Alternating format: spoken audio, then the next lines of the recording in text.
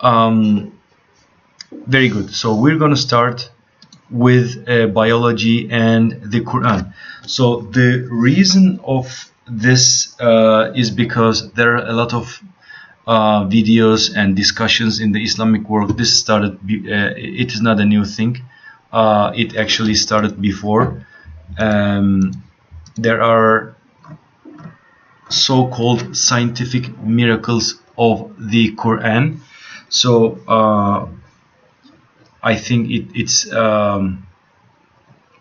good to see those kind of articles and those kind of Quranic verses, and in order to understand and discuss if really these verses are miraculous verses, or we need to understand we are understanding them in a different way, in a wrong way. So we're going to cover that, and I also shared those Quranic verses and some other more Quranic verses that in my opinion are very interesting in my book.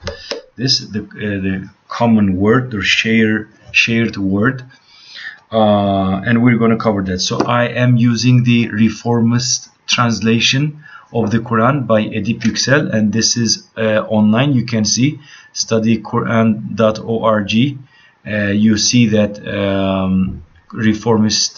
Quran Reformist translation by Edip Yüksel. So I'm going to use that translation for our study today. So we talk about the evolution. We had a discussion and the challenging idea of evolution, and it kinds of it's a challenging thing. If God created, according to the Bible and according to the Quran and traditional Islamic understanding, so God created the universe in 1 second, or in 6 different in six days, or 6 days, and the 7th day he got some rest. It could be understandable, but 6 different stages. But again, so there is no mention about evolution or the creation of Adam and Eve, but we see that we have hominids origin, like Homo ancestors, and an easy way to say like monkeys, and we evolved from monkeys, hominids. So that is a challenging idea and threatens the ideology or the belief that God created, instead of we had evolution, and the evolution doesn't necessarily it doesn't say anything about God. I mentioned that before. The theory of evolution doesn't say anything about God or his existence, or his non-existence. That doesn't mean that evolution contradicts. I specified that. I made a lot of emphasis on that, and we're going to see in a different perspective, maybe religious perspective, with the Quranic verses. So according to the theory of evolution, so this is the origin of species, the origin of species. So this is a theory that biology covers that part. But before that, we have an astronomical theory, which is the Big Bang theory. So instead of God creating like this in 1 second something, our universe, the theory of Big Bang says that it was an explosion at the beginning, right, from one point, and then it exploded and it started to expand. The universe started to expand. So everything was at the beginning in one place together. So there are some so the title of the class today is biology. What biology says? What does biology says about the Quran? But it's not going to be only biology. It covers astronomy as well. They both I consider both together for today's class. So again, so we have the chapter 21 and verse 30. Let's find it. chapter 21, the Quran, chapter 21, verse 30.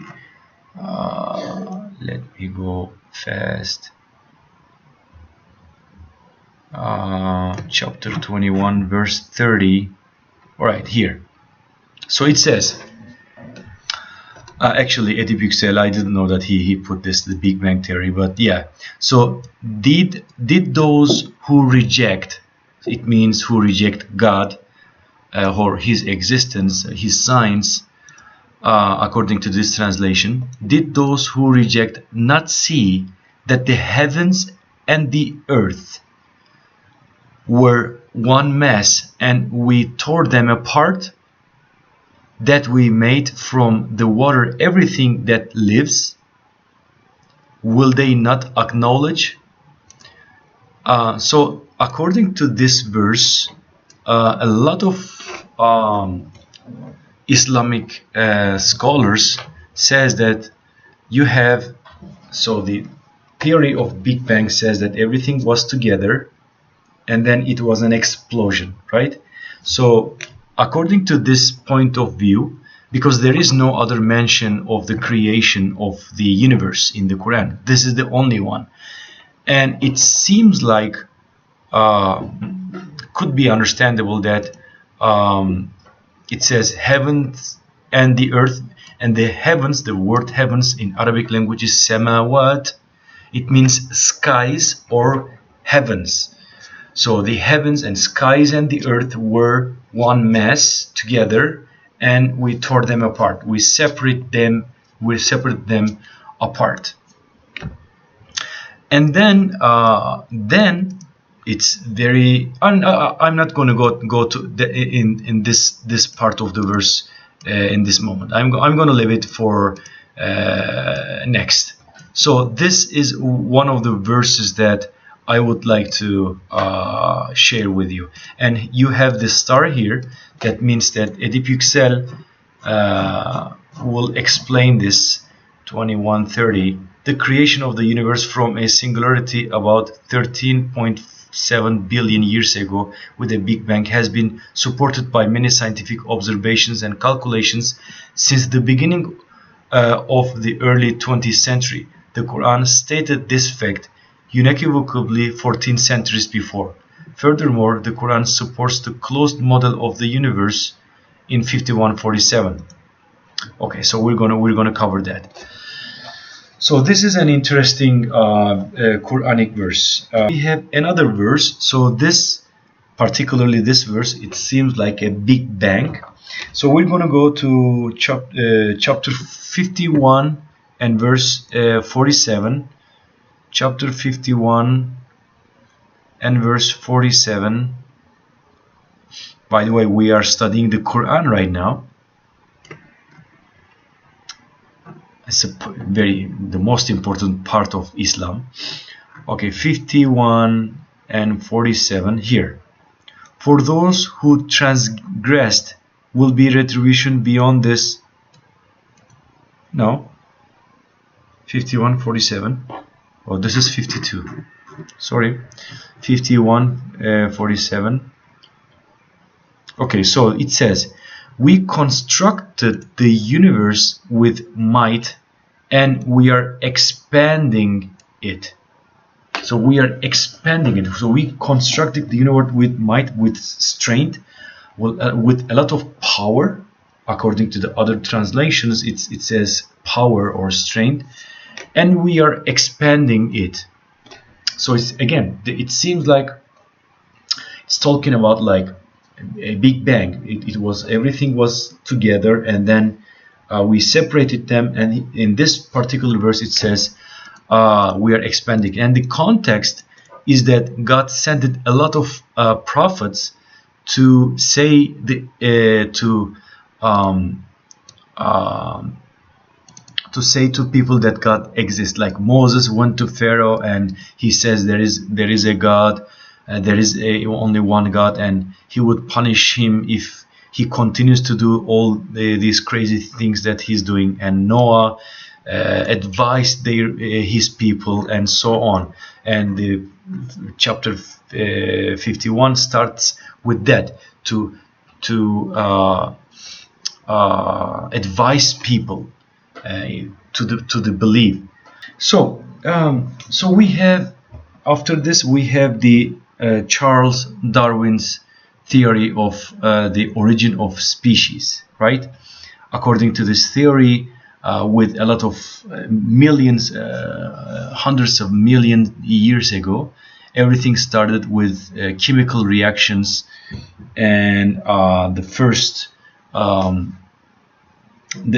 first animals appeared, and then we had evolution of all the animals from one particular animals, and then we had it arrived to the hominids, and so we are Homo sapiens, and our ancestors are Homo ancestors, right? This is the basic theory of the evolution. Everything comes from one particular cell.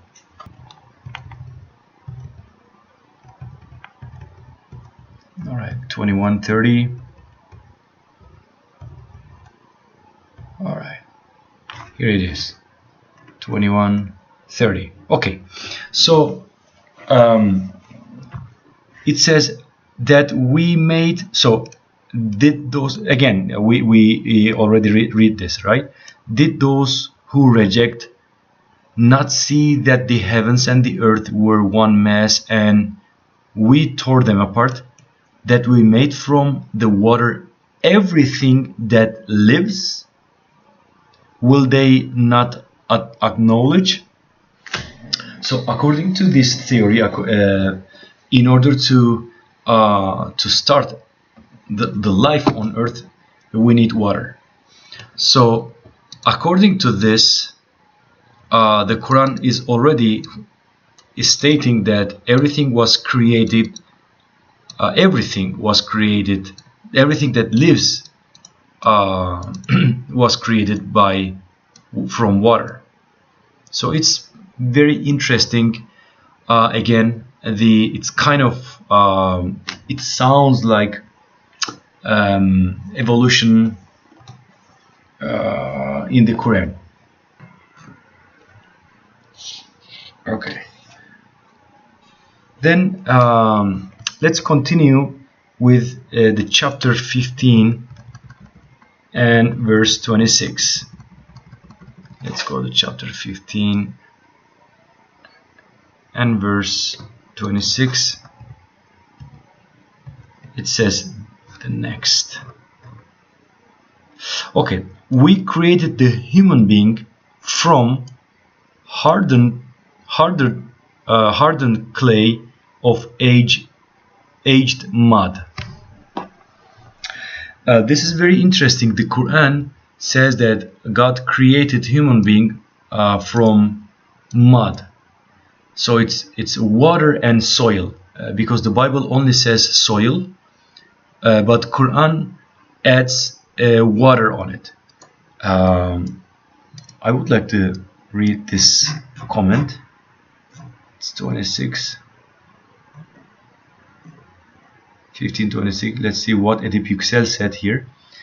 Creation from clay has two meanings. One, clay as the substance of origin, as everything was created by water, and clay as a place of origin. Both meanings could be true at the same time, though we learn from other verses that the clay is not the only substance used in our creation. Water too is a vital ingredient. Our Creator started the biological evolution of microscopic organisms within layers of clay, and so on.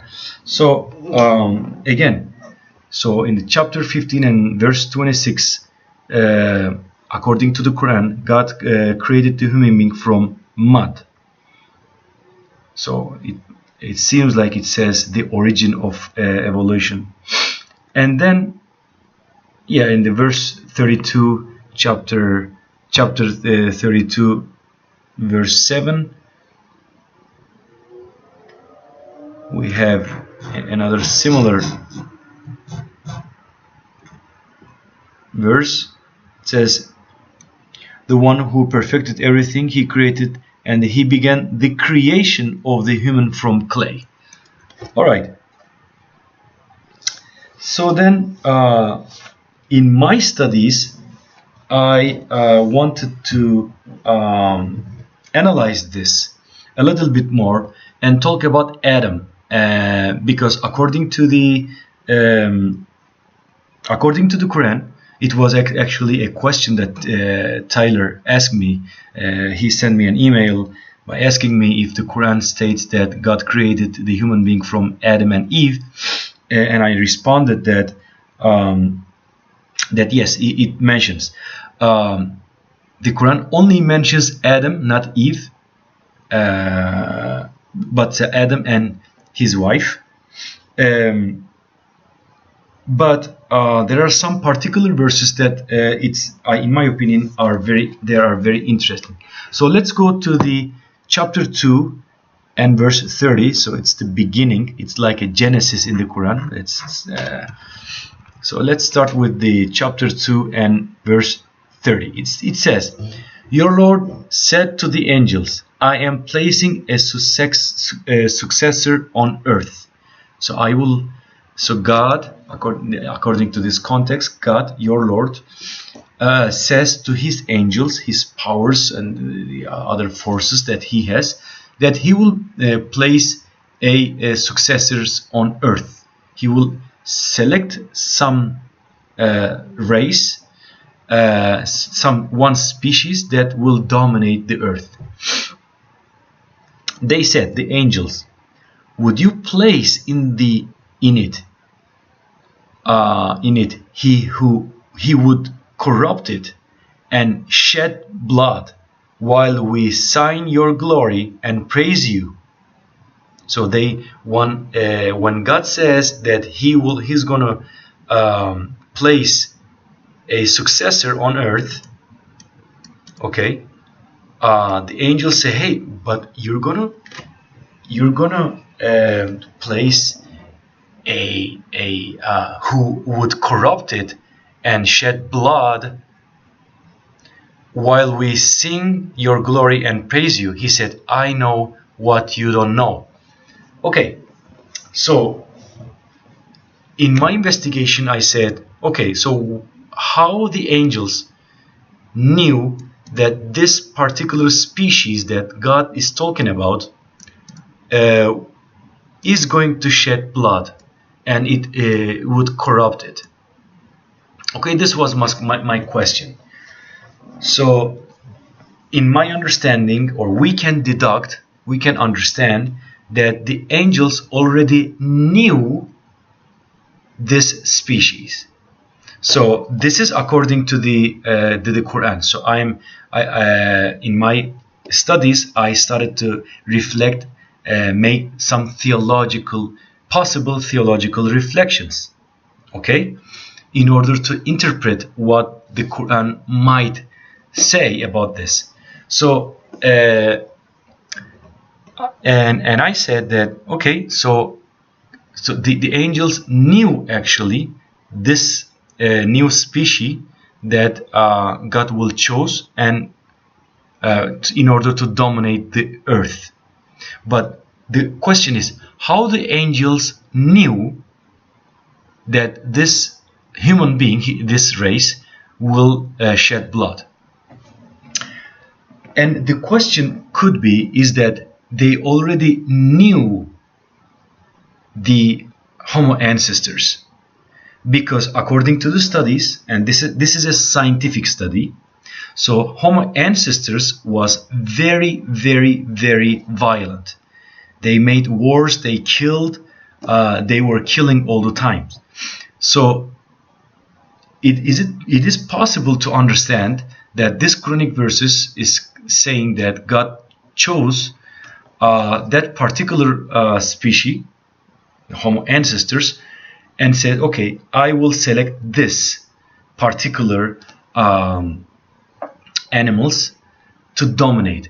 And then other verses comes. This is the Quran. So the next verses, 31. He taught Adam, because the Quran doesn't say that Adam was a person. So he taught Adam the description of all things. And then he displayed them to the angels and said, inform me the descriptions of these things if you are truthful. So he says here, the verse key word is here. He taught Adam the description of all things.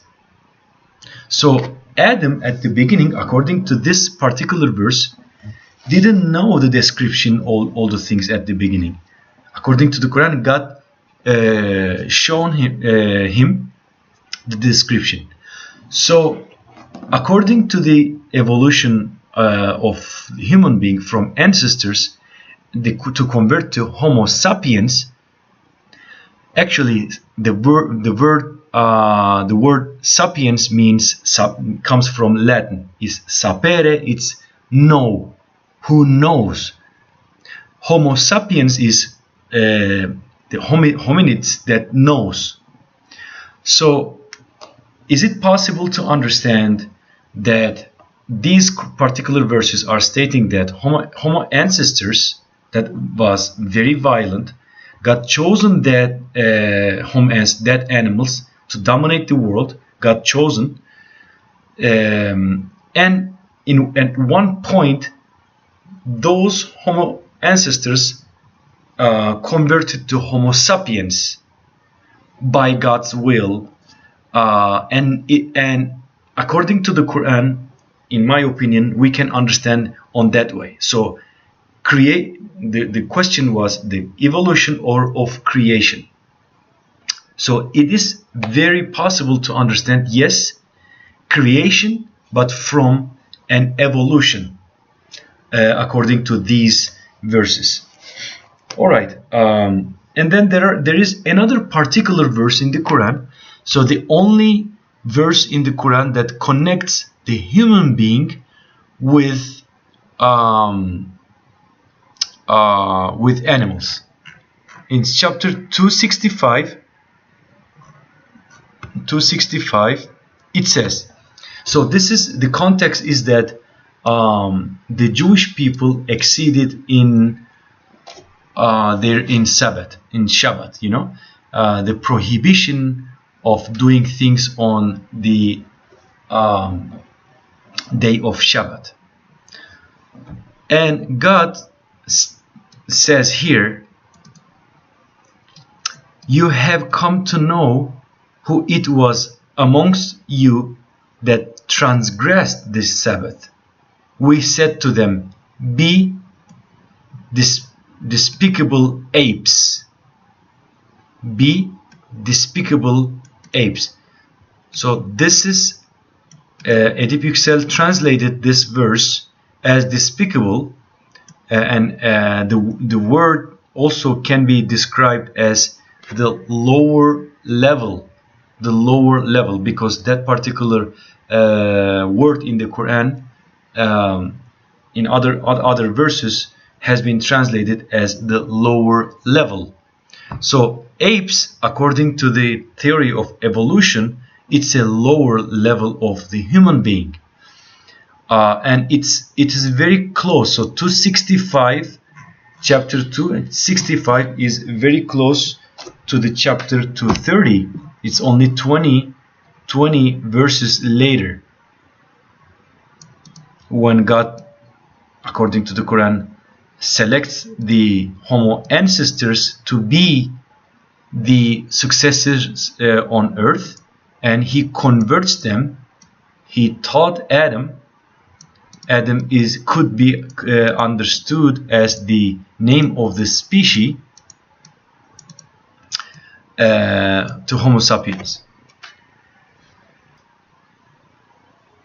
Chapter 23 and verse 12, it says this: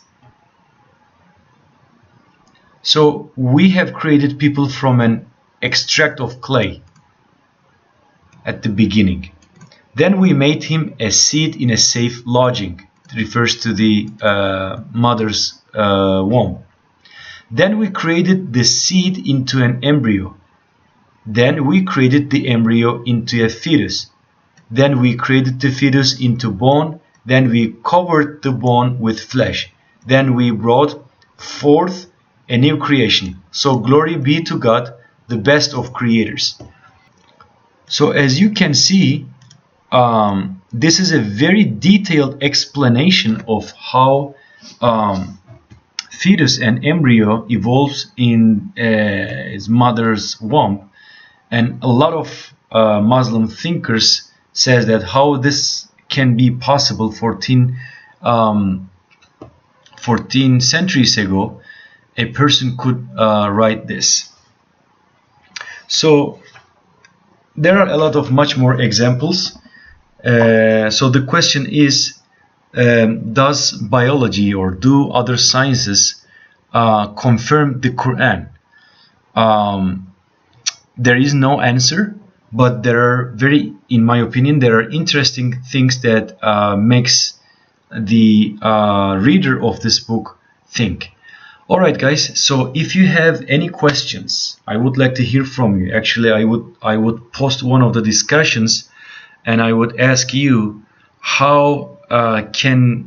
what should we ask to a book in order to believe if that book comes from God or not. So what must be our criterion to judge a book to be from God or not? Next time I'm going to cover the mathematical so-called miracles of the Quran. It will be much more challenging than this particular class. So please send me emails if you have any questions, and see you next time. Bye bye.